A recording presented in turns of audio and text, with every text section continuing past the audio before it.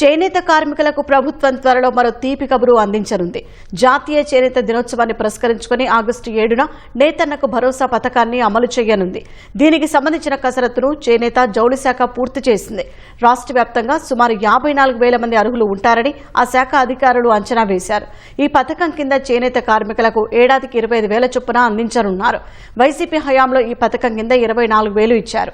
ఎన్నికల మేనిఫెస్టోలో హామీ ఇవ్వకపోయినా చేనేత కార్మికులకు అండగా నిలవాలని ఉద్దేశంతో అదనంగా మరో 1,000 చొప్పున అందజేస్తామని సీఎం చంద్రబాబు ఇదివరకే ప్రకటించారు. పథకం అమలుకు ఇప్పటికే ప్రభుత్వం బడ్జెట్లో 250 కోట్లు కేటాయించింది. విధి విధానాలను త్వరలో విడుదల చేయనుంది. సొంత మగ్గముండే చేనేత కార్మికులకు ఈ పథకాన్ని వర్తింపచేయాలని అధికారులు నిర్ణయించారు. కుటుంబానికి ఒకరికి చొప్పున ఆర్థిక సాయం అందించనున్నట్లు తెలిసింది.